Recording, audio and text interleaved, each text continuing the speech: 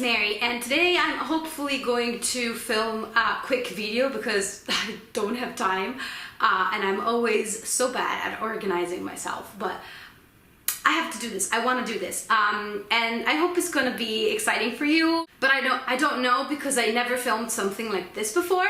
So in a month I'm gonna move house, and we still have to build actually the shelves for the bookshelves for our new house, but I'm still, of course, I'm gonna have to move all my books anyway, and then I'll have time to decide how to organize them, how to, you know, group them mostly, because now aside from the fact that I don't have enough space for my books, I also don't like how I divided them. So I'm just going to show you the state of my bookshelves now, what types of books do I own, and I'm gonna ask for your opinions on how to organize it, how you personally would organize my bookshelf, but also how you organize your own bookshelves, and all the tips and just any advice is welcome. And that's why I didn't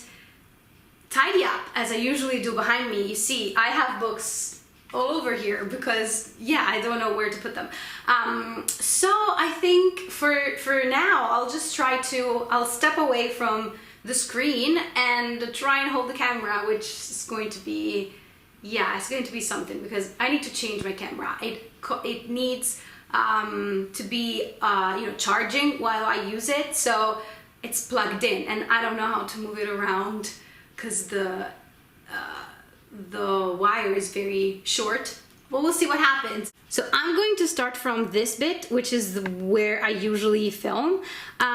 We have the bottom part, which is basically books.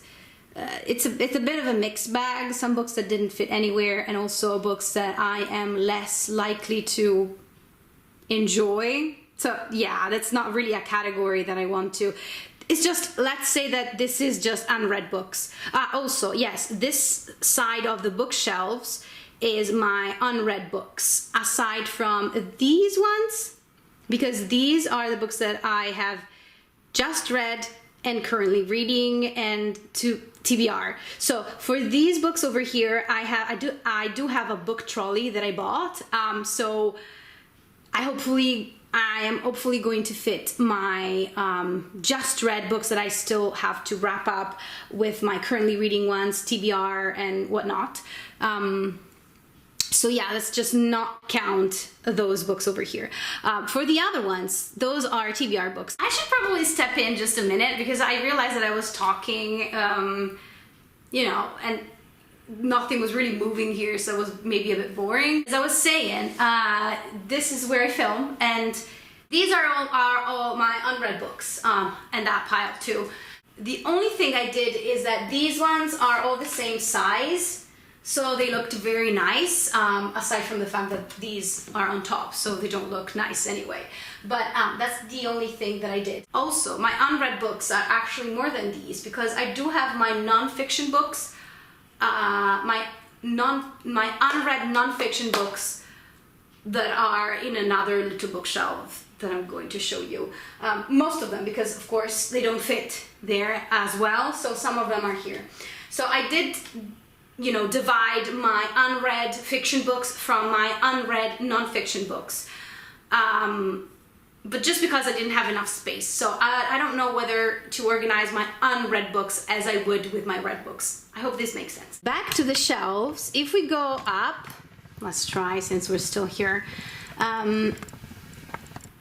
If we go up, we'll see that we have the Outlander books over here, and also some other historical fiction. These ones are unread.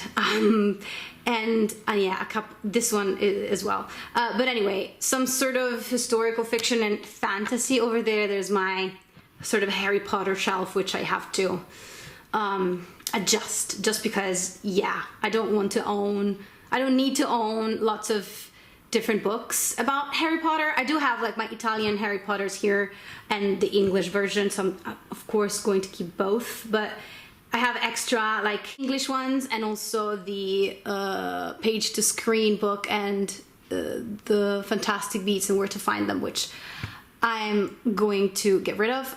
Then up there I have, hopefully it shows, I have my Lord of the Rings shelf with sort of lots of Lord of the Rings related stuff, well, Middle-earth related stuff, Tolkien stuff. It's actually my Tolkien shelf, that's best explained. And aside from these books over here, which are the some of the, what's it called? A Song of Ice and Fire series in Italian though, which I did read aside from the last book, and yeah, I don't know if I'm gonna keep them, because if he ever finishes that series, I'm just going to purchase the whole thing in English. So yeah. So here you can see my whole sort of bookshelf, and in this bit we've got all my classics and historical fiction, and then we've got translated fiction and contemporary fiction. Then here I've got all the Italian books in Italian, and also books that are in Italian but were translated from the English. And these are books in Spanish. And up here I've got all my middle grade and YA books. Some of them are in English, most of them are in Italian. Over here I've got graphic novels, and my nonfiction read books. These are my husband's climbing guides. They're not books really. And here, yes, here's my nonfiction shelf, which is super full because they obviously don't fit there. And so, yeah, my main problem, okay, no, I will talk later about this. The other bookshelf I have is over here, and so the bottom shelf is my son's books, so they're not relevant to my video. These ones are my non-fiction unread books, and these are all my parenting books, which are mostly read, but a couple of them, maybe 3 or 4, are unread. So yeah, this is all my books. Now I'm gonna go back to my usual position. Okay, hopefully I got everything. Hopefully it wasn't too boring to just look at books without, you know, my face. But yeah, so you saw sort of the amount and the categories. The only thing that I know is that I want to keep my unread books from my read books. Somehow, but I do like to have them divided by fiction and non-fiction, and also I will yes, I do own a lot of books in Italian, and I also feel like I want to keep my Italian books from my books in English, even though I have some translated Italian books. I don't know if that makes sense. What do you think? Would you divide by genre or by language, by size, or by, well, of course I don't want, the only thing I'm sure of is that I don't want to divide them by color. That doesn't make sense. But, or also in alphabetical order, or is the alphabetical order like a secondary thing? Like first you divide them into genres and then in alphabetical order. I don't know. Let me know what you think. But I do feel like I want to I also have like some books in Spanish. There are not a lot though. Most of the books that I own are in English though. So I should keep that in mind when organizing my shelves. And so I probably should just dedicate a part of it to my